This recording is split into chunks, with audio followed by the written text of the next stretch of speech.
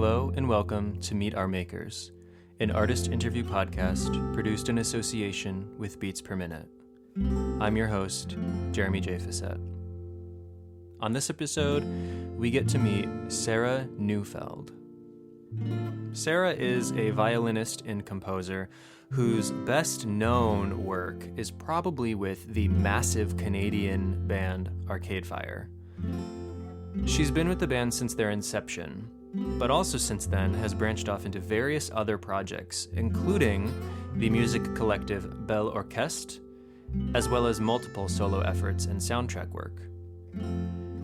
In this chat, Sarah and I discuss the newest Bell Orchestre record, which is their first in over a decade, as well as her brand new solo record coming out only a few weeks after, Detritus. We also talk about what it was like when Arcade Fire started gaining steam, and what she's been up to these days in quarantine, especially given the fact that she just had a baby 2 weeks prior to our talk. So please enjoy, and thank you for listening. This is me meeting Sarah Neufeld. There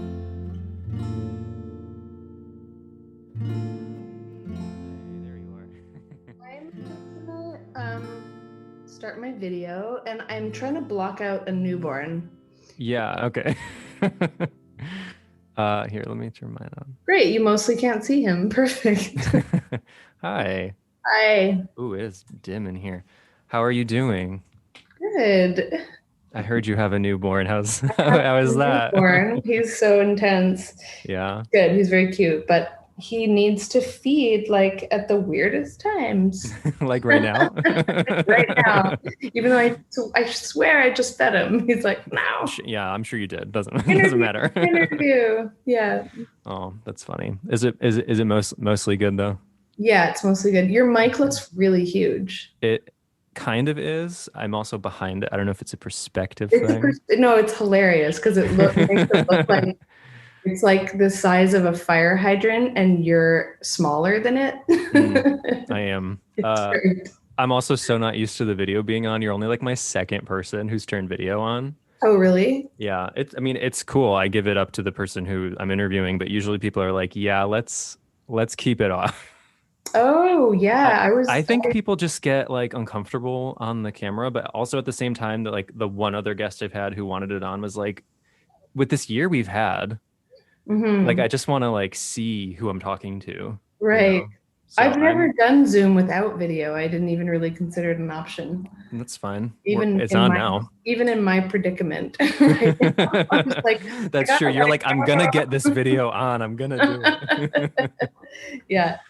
So you have a new baby. So Yeah. how are things? How old is this baby? 14 days. Oh, geez. Yeah. We are. I know. Like, I was emailing.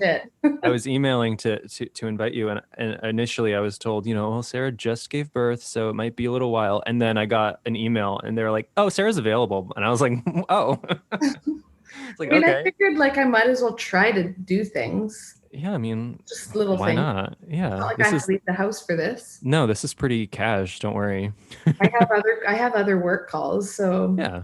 It's just weird because like you can't predict what's going to happen at that moment. But well, if some crisis happens and you need to leave, it's loud. Yeah. Don't worry. So things are good though, in general. Yeah. It's an interesting time. Like, my band Bell Orchestre just released an album last week, and then my new record is coming out, and like this baby and the pandemic and the vaccine, like all this stuff is like, it's like the wave is cresting or something. Like, we've all had an insane year, and like my details, but my details are all like, raw, and it's like, it'll be interesting to see. Yeah, it's weird. Putting out music right now is even weirder than it used to be, like, without touring. But it's still music and people listen to it, and that's rewarding. So yeah, it's like, people didn't stop listening, People didn't stop listening, and it has been, if anything, they listen more. Right. And it's been this empty void of a year, right? For a lot of us, like, I don't want to put words into everybody's mouth, but I haven't had a lot of like connection or collaboration or even creative energy for the past 12 months. And so it's fun now to be all of a sudden like, at least like outputting and Yeah. and also feeling like the world getting a little bit lighter, or like a glimpse of, things moving forward. Yeah, Yeah. I don't know what the vaccine schedule is. Are you in Canada? I'm in New York and Okay, it's so you're in New amazing. York. Okay, Yeah, yeah, it's because like, are you fully vaccinated? no, so I was supposed to get my second shot, but then he was 2 weeks late and it coincided with when I was in the hospital. Okay. So I'm waiting until, well, probably tomorrow. So you got your first shot like right before your baby was due. Yeah, I did. Yeah, Interesting. because I didn't know when they would open it up to Yeah. people under whatever. And I was pregnant and they opened it up to pregnant people. Oh, I did So not know that. I thought I would jump into that. And all the Yeah, why not? doctors were like, yes, just do it. Like there was no like cautionary words. Yeah. I know I am due for my second shot on the 10th because I'm a teacher, so we're a little bit ahead of the Yeah, age yeah, group, my yeah. age group, It's I think I'm Yeah, in Connecticut, so yeah. we're at 45 and up now, I think. Okay. So Yeah. it's Yeah. moving New along. York just went 16 and up Oh, you know what? I think we're as of doing that April like 5th. tomorrow. Yeah. It Now that hasn't you mention happened that. here. We're at 30 plus, but it's Okay. 16 plus very soon. Yeah, I know It's just like that's yeah, everybody. we're doing that soon. And I don't know when they're doing under 16, but hopefully soon. It feels Yeah. maybe it's a little quick to get optimistic because I'm so used to being pessimistic about all this, but it Yeah, does definitely. feel like we're rounding a corner of some kind. I don't think they can do kids yet because they haven't tested kid, like it's more complicated, right? Yeah. I'm like, I heard on the daily that they haven't tested kids yet. I know. I don't know much about it either. I just Yeah. know what they tell me on the news Yeah. for Yeah. whatever that's worth. Yeah. But yeah, it is interesting. You know that Bell Orchestra just put out house music. You have Detritus coming, and you just had a baby. That's like three Babies. births. Yeah, it's three Yeah. babies all at Yeah. once. You're having triplets. Yeah. Um, was that? I know the baby was probably not quite in the equation at the same time, but like, is this just like a coincidence? Yeah. It's Okay. actually all a coincidence. First of all, this baby wasn't necessarily going to happen. I was supposed to be on tour, but because of the lockdown. Anyway, he's like lockdown baby. Mm. And Bell Orchestre, like house music was supposed to come out, I think, last spring. It's Oh, been done for a while. okay. A while. But we kept pushing it because it just didn't make sense to release it then. And my album could have actually been out last spring too, but same thing, like for different reasons. I was just trying to find like the right European label, and just things dragged on with the pandemic. And so, yeah, the fact that they're coming out within 2 months of each other and the baby is just a hilarious sort of like life Yeah. life chuckle. It is sort of humorous. And then also though at the same time, it's like you can't quite tour yet, Yeah, which is like almost kind of nice though, because you just had a baby. I And now know. it's like, well, I don't even have to worry about touring because I I can't. know, I know. So And the same thing with like the next hypothetical Arcade Fire tour. I was always worried about like, well, if what would happen if I had a baby, and like, oh no. And like, there's no world tour happening tomorrow. Like, nope. and maybe by the time there is one, he will be a little bit less fragile than a 14-day-old pile of reflexes. Yeah, that is like I can't remember the last time I was even near something that new, Yeah. That's so fresh. I don't know babies. I've never taken care of even like a child before. Mm, I'm not a natural caregiver, but yeah, I'm like shocked. Like, what is this thing? figuring it out. So let's talk about Detritus. So this is coming out May 14th, is that right? Yeah, Something yeah, around there. yeah. I don't know yet if this episode will be being heard before or after the release. So if it's out already, everyone who's listening, go listen to it. If it's not out yet, pre-save it and pre-order it because Yeah. it's very good, and it's your first solo record in a while. Yeah. So I just wrote down some notes. It's been 5 years since The Ridge, which Yeah. was your last solo record, and 6 years since the collab you did with Colin, Never Were the Way She Was, which won you guys a Juno. No big deal. Yeah. But so you said this record's been done for a little while, so it's not actually 6 years old, but why now? Like, what moves you in your life to say it's time to do another solo record? Well, actually, like this record came about through a like pretty lengthy collaboration with a dance company. So I was commissioned to write a full-length performance musical, like half of a modern dance multimedia production, which toured like quite a lot. And so I wrote that. I keep getting my years mixed up this year. It's crazy, but like 2018, and we toured a lot in 2019 and 2018. And so then it was also part soundtrack. So Jeremy Guerra and I worked on it together. The bulk of it is these pieces that I wrote, like kind of, on my own, and then like we arranged them, and he played drums on quite a few of them. But then there's a whole other part of the music which is more soundtrack. And so I don't know why he's upset with me.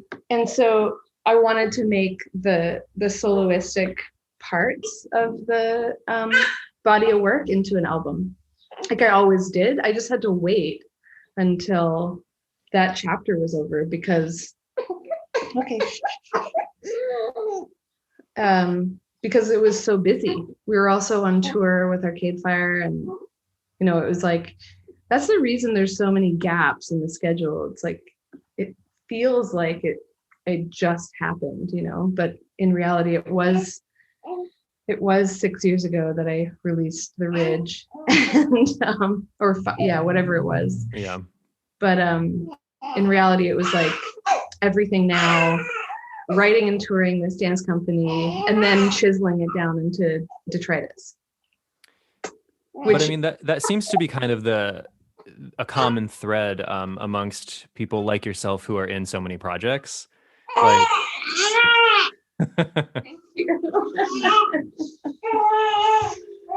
I happen to have a friend over right now who is like actually professionally amazing with children. So, and you're like, please. Yeah.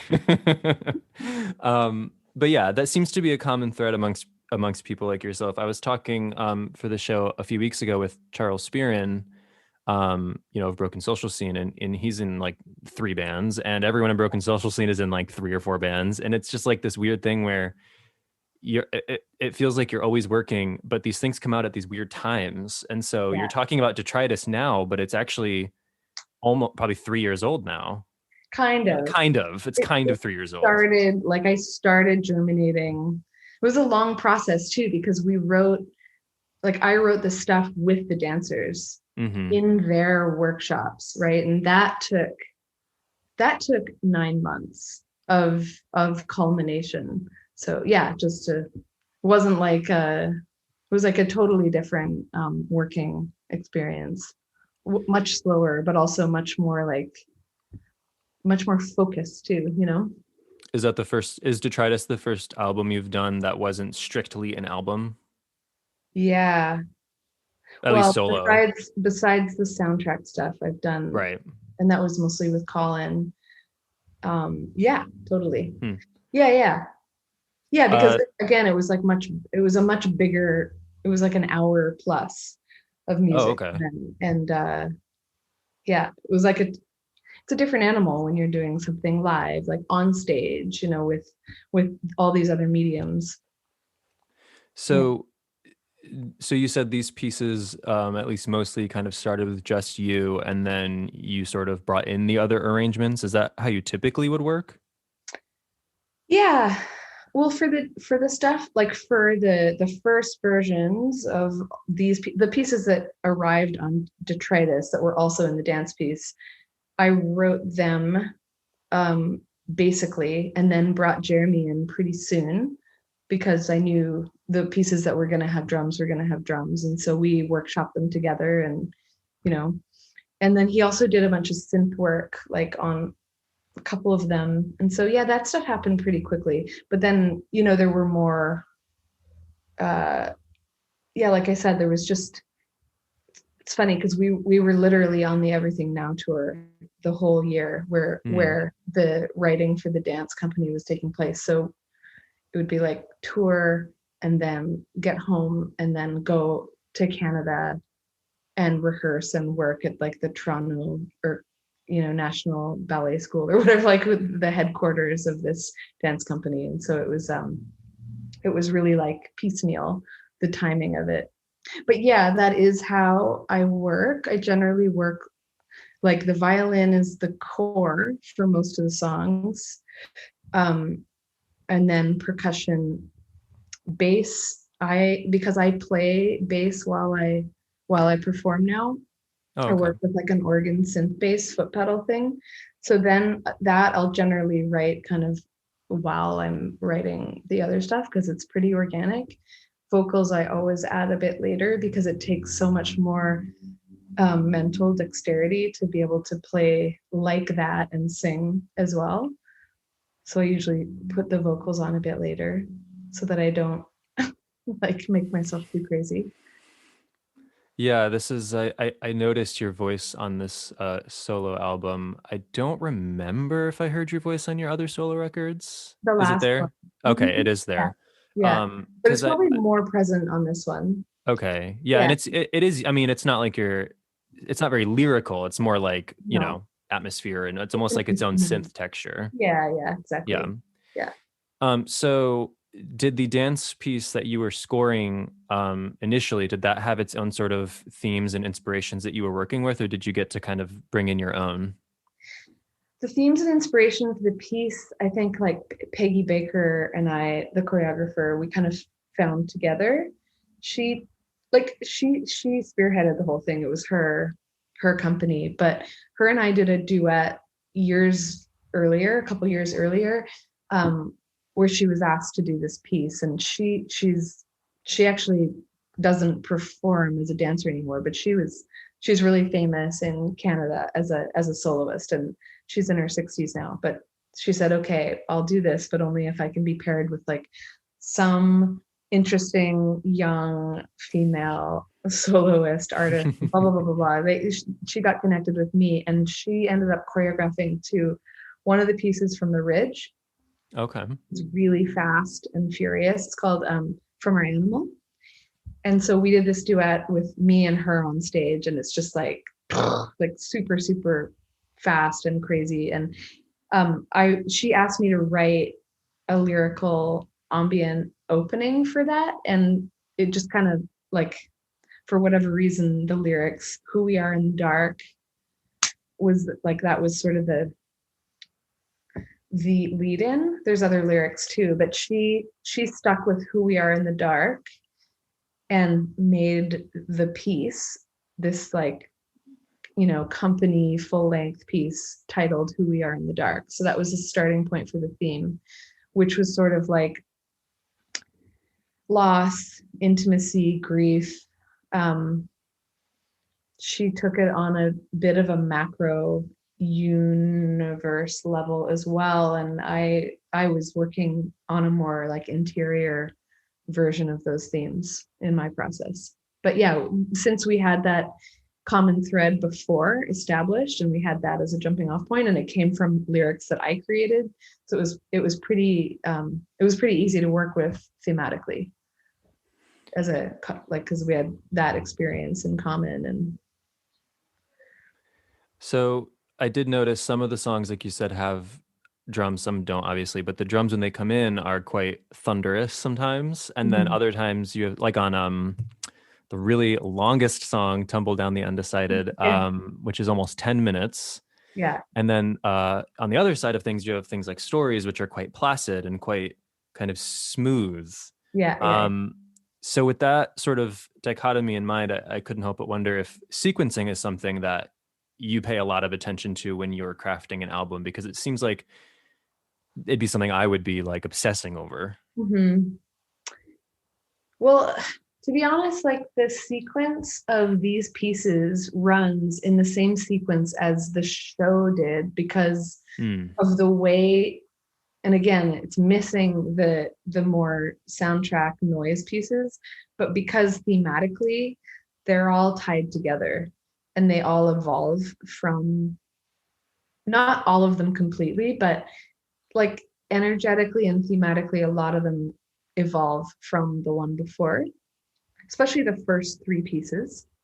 Those are like movements, almost like stories unreflected with Love and Blindness are like a real progression, I find. So there was never any question of that. I could have put the top somewhere else because the top is a standalone solo violin piece, but it always felt right there. So I didn't actually have to reinvent the wheel on the sequence. But for sure, like actually that was great because I'd spent so long like living in that sequence, and I didn't, if it had felt sticky or weird to me, I would have made changes, but I luckily didn't.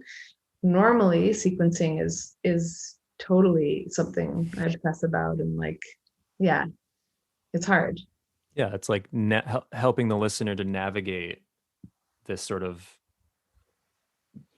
non-vocabulary, like it's not words, there's no lyrical story, so you then have the job of like guiding us through, so with an instrumental album of any kind, I would think that sequencing would almost be more important than with a lyrical record, because it's like, where do you want us to go? Yeah. And so I could see myself, like I said, obsessing over that. So the fact that you kind of had a sequence you could stick with if you chose to, probably, I don't know, would be sort of a relief. Yeah. Yeah, for sure. Yeah, because I put so much into the creation of the music and so much time actually performing it. It was like making the album. I mean, it wasn't easy, but it was way less of a process than other records have been. Except performance-wise, like I've gotten more and more picky over the years with my own performance, which is annoying.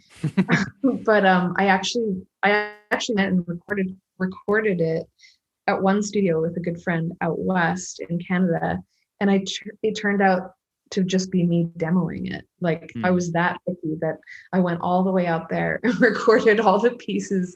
But I mean, to be fair, Jeremy wasn't there, and I was figuring we could fly in the drums like I'd done before with him, and it just was, this stuff was too, like, it's so meshed.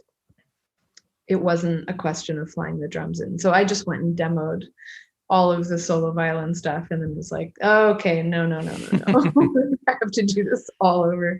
And so he actually came. He's living in Australia now, so meeting up with him is slightly more difficult than it used to be. It's a long flight. City. Yeah. Who are some of the other people on the album? Yeah, so it started out just Jer and I, and then in New York, I brought in Stuart Bogey, who's a dear friend, and also like he's toured a ton with Arcade Fire at this point. We met him a million years ago. He used to be like the band leader for Antebellus. Oh. Yeah, in New York. He's just like a super energetic, amazing sax and wind player, like really, really talented guy. And yeah, he's sort of like, I mean, he plays with a lot of people. He's like a real man about town, and he has a really special flute sound that I wanted.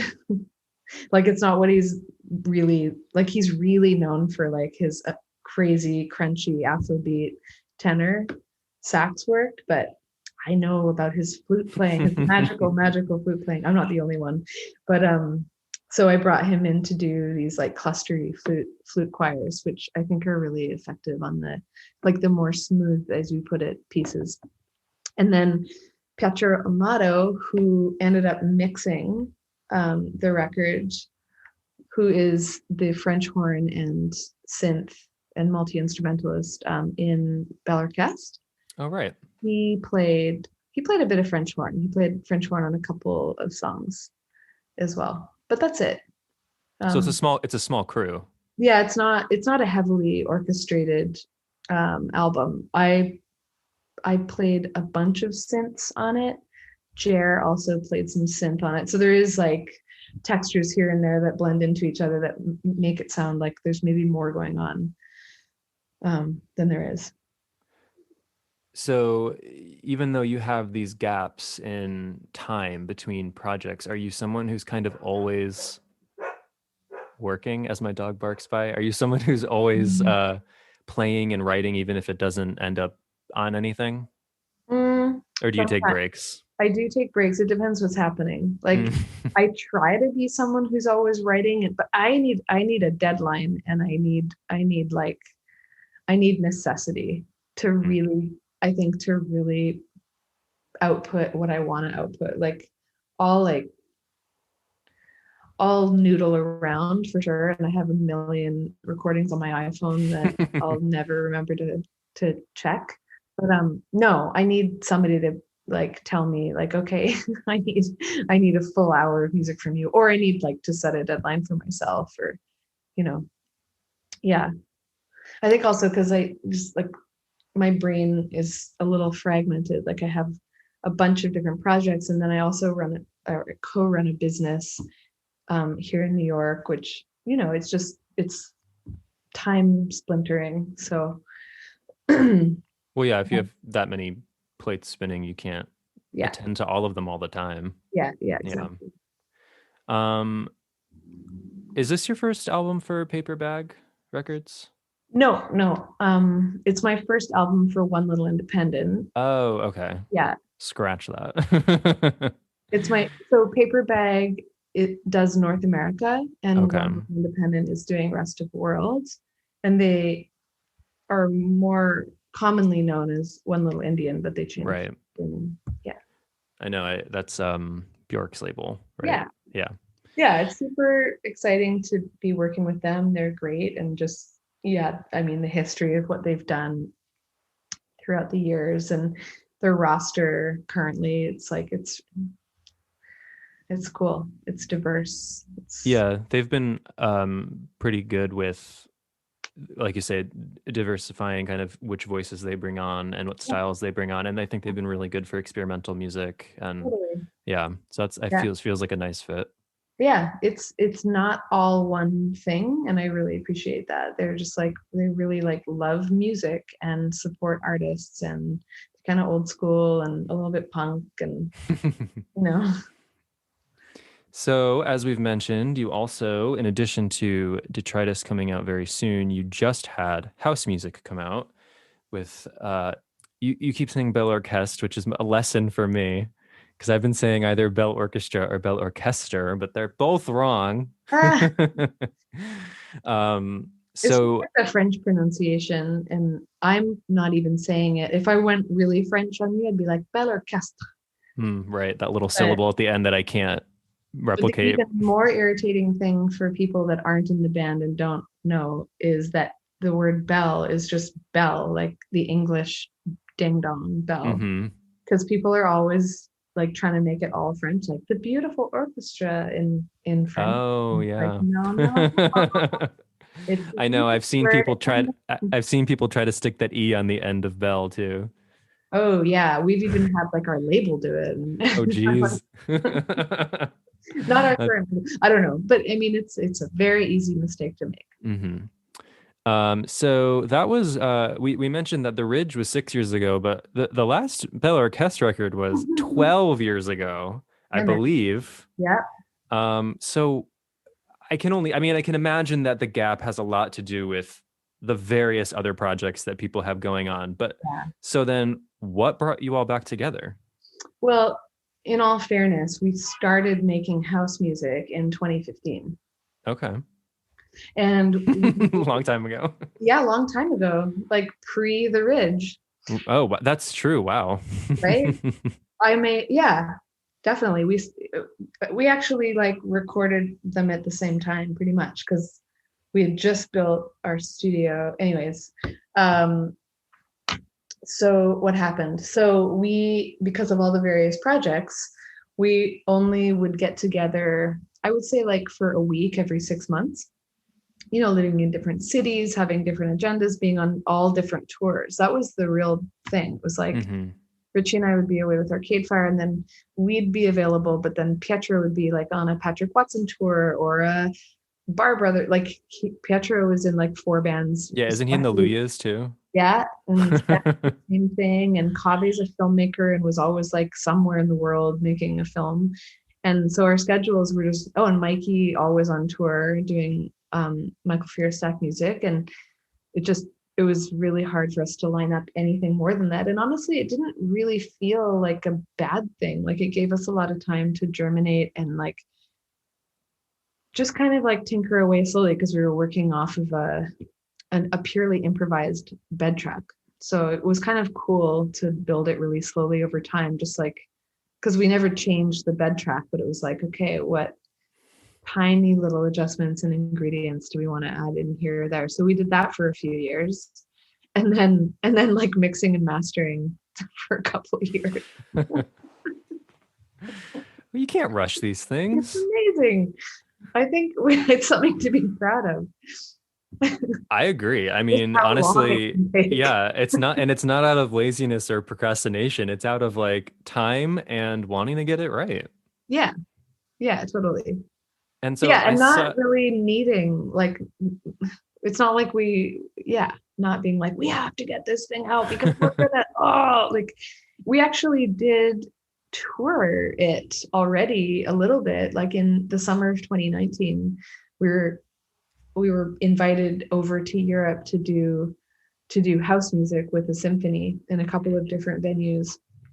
And so we also built a little tour around that, but that was like really specific to doing it with this Danish symphony orchestra, which is beautiful. Really and cool. Owen Pallett wrote the orchestral arrangement for it. Of course he did. Of course, learning how to play an improvised album along with a symphony was like school. That's true, because like you probably didn't write anything down. And then the orchestra had it written down. So it's like that's attention. It's also off and mushy and just weird. Mm-hmm. Yeah. That's so interesting. I would have loved to see that. Well, we'll be doing that quite a bit more. That would be fun. I mean, who knows? But that's hoping. Yeah. So I did read a little bit about the creation of house music, about how you all spread throughout a single house. Mm-hmm. Yeah. How did that ever work? Well, because the house in question was colonized house. We're not together anymore, so it's not my house anymore. Okay. But it was our house, and we wired the whole house. So it was different floors and different rooms, all with the snake throughout, and for that purpose. And so you could hear each other while you played. Hear each other, and we also had corresponding video. Oh. Our engineer Hans set everything up and made it totally possible and easy, and it was actually great. That's such an interesting way to work, because it's like, yeah, it gives you space, but you're still connected to each other. Yeah. Interesting. Yeah. And then you guys, so you basically removed like a segment of improv and then cut the album out of that? Yeah. Okay. Yeah. Very interesting. Yeah. I think I read that you had like hours upon hours upon hours of recordings. Yeah. What makes you don't have to go too long on this, but what makes you guys as a band say, okay, well, this is the chunk we're going to use? Because you have so much to go through. There's so much to go through, because that chunk was so cohesive, and it was so striking that, hey, we can have an album that's just one long song with all these different movements. All the other improvs, it would have not been that. And I think that the idea that we could have a 43-minute long song or whatever it is with different movements, but because it all has the continuous bass loop with drum machine coming in and out. So it's just kind of a nice parameter / limitation to work with as well. and you can go really, different places within the same home, kind of like Yeah. like we did. It gets really ambient. It also becomes more peacey in moments. Like it would have been, yeah, it would have been much, much, much different if we had taken like 5 improvs and made an album out of 5 different pieces. Like Yeah. that would have been more suited to like how our other albums were made, which is like we started off with improvisations and then we would through compose them, change them, Okay. build them, make them, you know, songs. But this we didn't want to do that with. We actually wanted to keep every weird note and random thing that happened. So it kind of Well, had to be simple. it does sound very cohesive. Like you've mentioned these weird notes and these things that are often mushy, but it's to my untrained ears, it sounds pretty smooth to me. Oh yeah, yeah. No, it is, but it is also wild, a little Yes. bit. Yeah. Yeah. Something else that you were involved with that you've mentioned a few times, a little offhandedly, is Arcade Fire, which is probably the most famous, for lack of better words, project that you're involved with. Probably. I I feel like it kind of is. I think it is, yeah. um, how you've been involved with them from the beginning, have you not? Mhm. How Yeah, did pretty you much. how did you guys all link up? Like how did you link up with them? Well, it's just kind of like this, the English music community in Montreal. I don't know what it's like now. I don't live there anymore and I'm not 20. But when I was 20 and, you know, it's a small scene. And so if you're playing music with your friends, your bandmates, chances are you're going to know a lot of other people, kind of like-minded people doing similar things, and you all kind of overlap. So Bell Orchestre was already doing stuff at the time. So Richard and I started that, and he I can't remember how he met. I think because he was playing in another band with Tim Kingsbury, and sometimes Jeremy. I can't remember exactly the lineup of the new international standards, but it was definitely Tim and Richie. And they, I think, played a show with early Arcade Fire in like 2001 or something. And Richie was getting involved in recording, like he was taking recording classes. Richie and I were in school together. A bunch of us were in school together.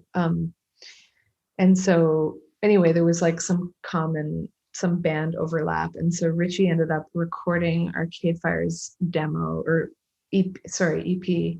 Um, and then he got involved with playing, and him and I were playing a lot together, and then I would play with them, and yeah, we would practice in their loft. It was just kind of like small community. There's aspects of Montreal that are really like a small town, which is a lot of what's so great about it. Yeah. Yeah. And then you've been with them since basically the start, and now Mhm. you've seen them, and I mean I see them, I say them, but you're part of it. You've seen Arcade Fire kind of grow quite a bit in scale, in reception and notoriety, and where Yeah. you guys have been able to tour. Um, what is it like being in a band? Maybe this is a silly question, but what is it like being in a band and seeing it go that on that journey? Like, because you Mhm. have seen it from the inside. Like, what's it like from your perspective to kind of be involved with something that just kind of keeps growing? It's hard to have perspective on that when you're inside of it, to be honest. Like I do, you know, in 2004 and 2005, those years were really striking because you went from being, you know, I don't like the word starving artist, but like a young struggling musician, like working minimum wage jobs, paycheck to paycheck, saving up enough scratch just to go on tour and living on hummus and all that. So you go from that, which is totally like everyone's reality, like it's super normal, like I still live on hummus when I so hummus is great. But to then like all of a sudden, you're paying yourselves, and I mean your life just changes so much, especially back then, and you're so young. Like that's really like the steep curve of change, right? And then from then on, it's like um I wouldn't say there's been that much drastic element of like world shift in the band for quite a few years, but definitely from our beginnings of like driving a broken down bus without heat, and just like all the kind of awesome scrappiness of like young, you know hardworking kids, and um just coming up, and then having it blow up like that. Like, yeah, Do I you don't know. remember a moment where it kind of clicked with you? I do remember like just being kind of impressed, like that people were lining up to buy our EP. I guess this was before Funeral was out, because we were folding the EP. We would fold the EP things and make them. And then we'd be opening, right? We were like opening for bands, and people would line up and buy our EP. Hmm. And that was like, holy shit, people are lining up and buying our EP. Yeah, some of those early shows where the reception just seemed like so like so enthusiastic. And then when the first album came out, it was, yeah, just like everything was sold out, and everything was like bursting at the seams. That had that energy of like, bah, like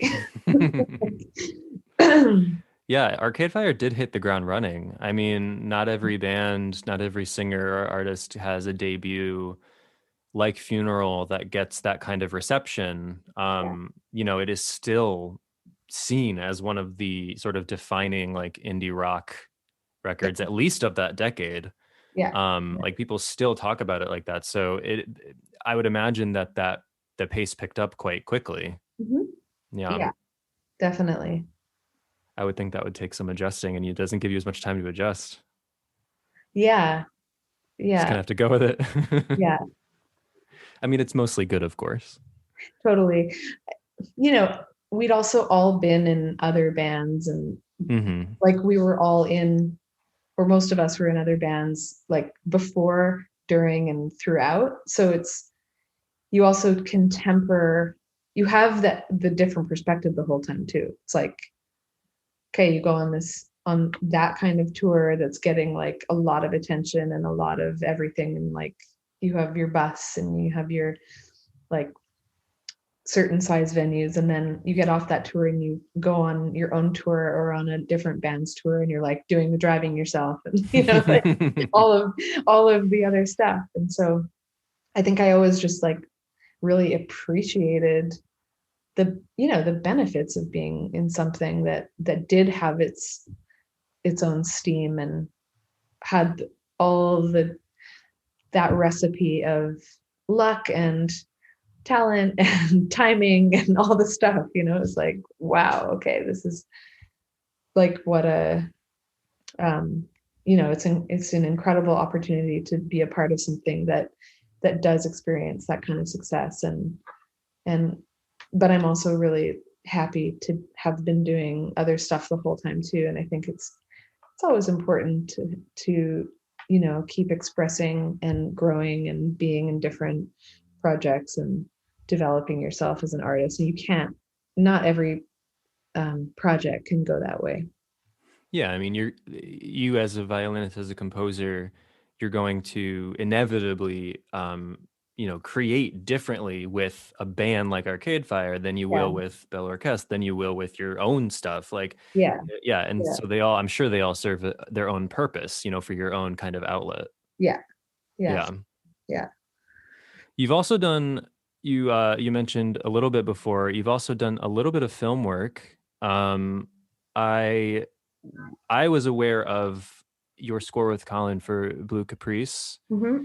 I also just learned you also did a film in 2016 called Lavender. You did the score for that. Mm-hmm. Were you involved in the Her score? Were I you played on it. you played Yeah. on it? Yeah. Okay. Yeah. Which I'm so happy is now out on vinyl. Yeah. It's like, God, that score is beautiful. Mm-hmm. It's so Yeah. beautiful.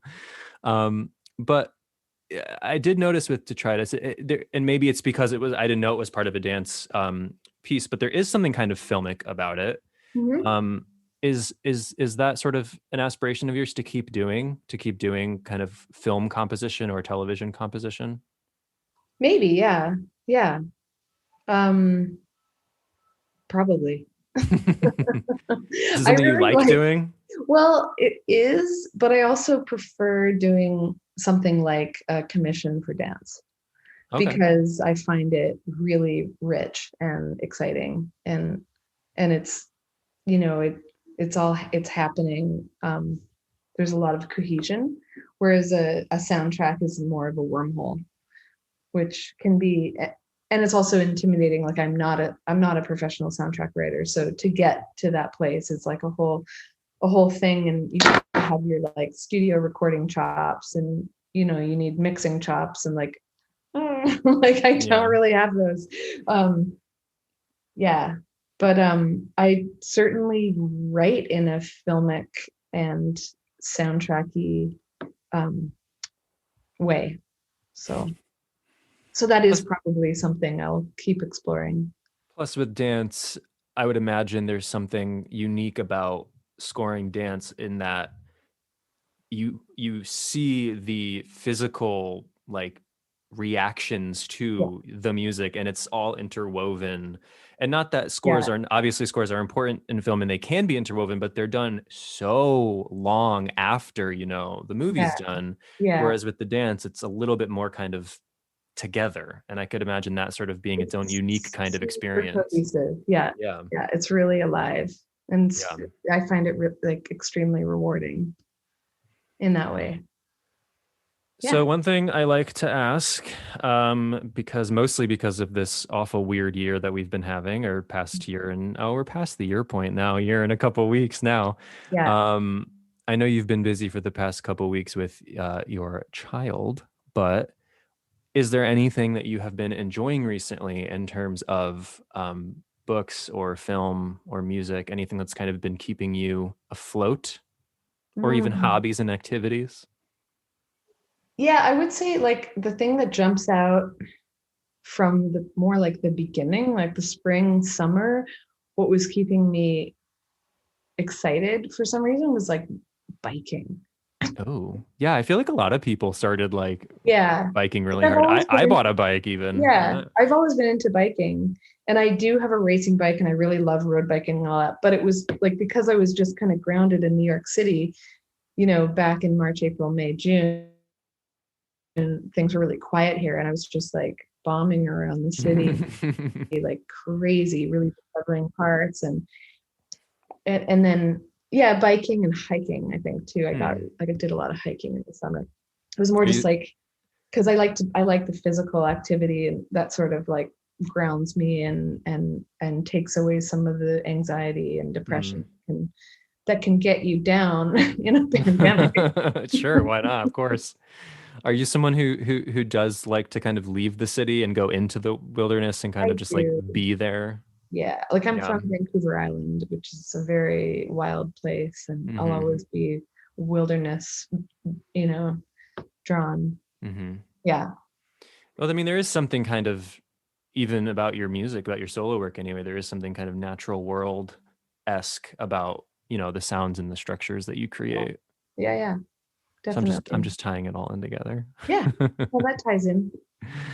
Yeah. Um, well, thank you so much You're for very talking to welcome. me. Really nice to meet you. Yes, you as well. It has been a real pleasure. I've been with your music in one way or another for years, especially via Arcade Fire, Awesome. um, and then also Hero Brother, which I strongly suggest people check out. So nice. Yeah, so it's been very nice getting to talk to you a little bit, especially with so many fun, exciting projects coming out in the same exact stretch of time. I mean, at the same time though, like we said, you don't have to tour. So it's like, I was about to say you're about to be really busy, but only with the kid, not really with the music. Yeah, you're plenty busy.